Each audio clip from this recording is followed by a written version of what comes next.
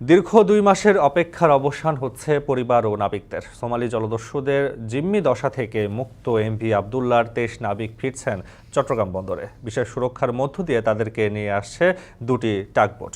বরণ করতে অপেক্ষায় স্বজনরা। এ নিয়ে জানাতে কর্ণফুলী নদীতে টাগবোট থেকে যুক্ত হচ্ছেন হাজেরা শিউলি। এছাড়া আর নিউ মোরিং কন্টেইনার টার্মিনালে আছেন আরেক সহকর্মী হোসেন জিয়াদ। শুরুতেই যাচ্ছি টাগবোটে থাকা সহকর্মীর কাছে। শিউলি, নাবিকদের বহনকারী জাহাজ কয়টা নাগাদ বন্দরে পৌঁছাবে? এছাড়া তাদের সুরক্ষায় কি কি ব্যবস্থা নেওয়া হয়েছে জানাবেন।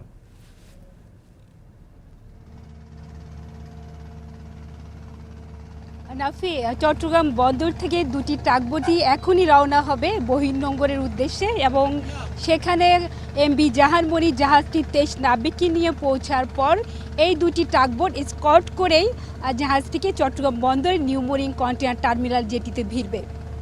এবং এখানে যে জাহাজের ক্যাপ্টেন অলোক রায় তিনি আমাকে বলেছেন যে তারা এইখান থেকে বহির্নোঙরে পৌঁছাতে তাদের ১ থেকে ১.৫ ঘন্টা লাগতে পারে এবং এমভি জাহানমণি জাহাজ কিন্তু বর্তমানে পথেই আছে এবং আমরা যতটুকু জানি সেটি ৩টে থেকে ৩:৩০-র মধ্যেই বন্দরের জলসীমায় এসে পৌঁছাবে।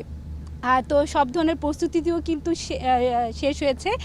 এই দুই পাইলট টাগবোট যে কান্ডারি ৩ এবং কান্ডারি ৪ তারা স্কট দিয়ে নিয়ে যাবেন। তবে আরেকজন মেরিনার মার্চেন্ট পাইলট তিনি হচ্ছে ওই এমভি জাহানমণি জাহাজে চড়ে ২৩ নাবিককে নিয়ে বন্দরে জেটিতে ভিড়বেন। সাধারণত বহির্নোঙরে যখন কোনো জাহাজ ভিড়ে সেটি বন্দরে জেটিতে ভিড়ার আগে নিয়ম হচ্ছে বন্দরের নিজস্ব পাইলট দিয়ে সেই জাহাজগুলোকে বন্দরে জেটিতে ভেড়ানো হয়।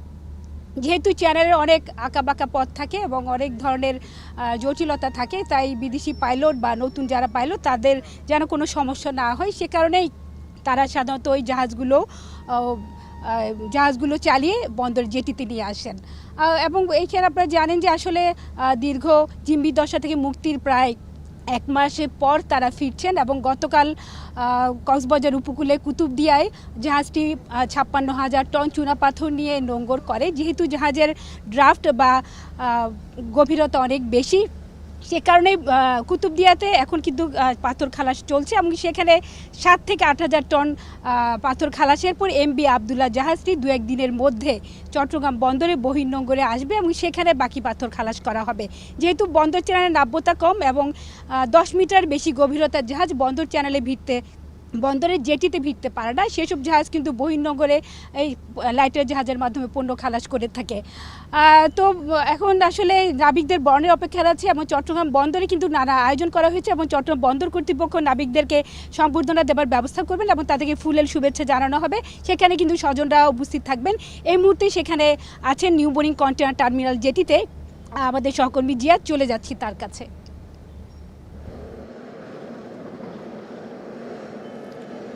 শিওলি, মূলত সারা দেশের মানুষই আসলে অপেক্ষা করছেন।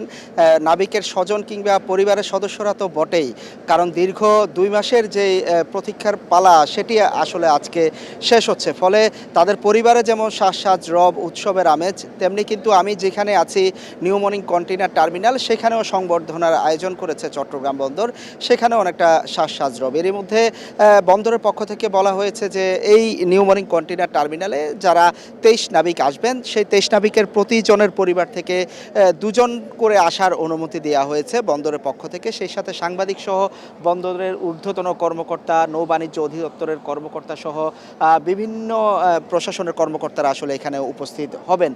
সে অনুসারে আসলে আয়োজন করা হয়েছে। এখানে তাঁবু টাঙানো হয়েছে, আমরা ব্যানার দেখতে পাচ্ছি, সাউন্ড বক্স রাখা হয়েছে। এখানে নিশ্চয়ই যারা নাবিকরা আসবেন তারা সাংবাদিকদের সাথে যেমন কথা বলবেন, তেমনি বর্ণাঢ্য আয়োজনে আসলে বরণ করে নেবে বন্দর কর্তৃপক্ষ। তারা তাদের অনুভূতির কথা বলবেন, তাদের সেই বন্দি দশায় তারা কিভাবে ছিলেন, কিভাবে মুক্ত হয়ে আসলেন, আবার দেশের মাটিতে আসার যে অনেকটা দ্বিতীয় জীবন পাওয়ার মতো যে অভিজ্ঞতা তাদের অর্জন হয়েছে দীর্ঘ এই পথে, সেটি নিশ্চয়ই তারা এখানে বর্ণনা করবেন। বিশেষ করে পরিবারের সাথে দেখা হওয়ার যে আবেগঘন মুহূর্ত সেটির সাক্ষী হবে আজকে এই এনসিটি টার্মিনাল। এবং আমরা যেটি দেখেছি পরিবারের সদস্যদের সাথে কথা বলে, তারা এরই মধ্যে কোনো স্বজন আসলে বন্দরের সামনে এসে এসে অপেক্ষা করছেন।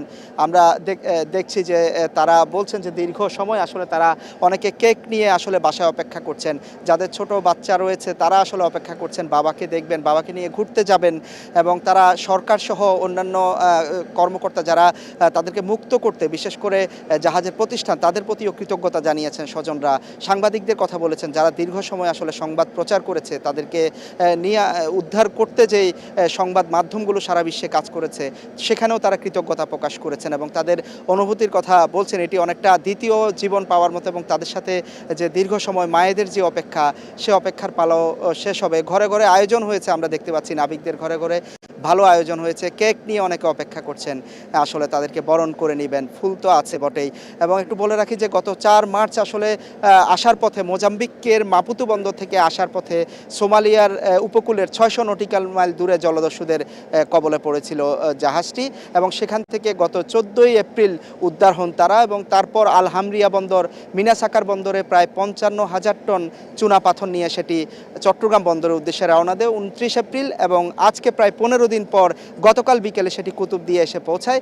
আজকে জোয়ারের সময় ঠিক বিকেল 3:30টায় আমরা যেখানে দাঁড়িয়ে আছি, ঠিক এই জায়গায় এসে জাহানমণি জাহাজে করে এসে এই 23 নাবিক এখানে মিলবেন। আর যে এমবি আবদুল্লাহ জাহাজ, সেটি কিন্তু কুতুবদিয়ায় অপেক্ষা করছে, সেখানে পণ্য খালাস করছে।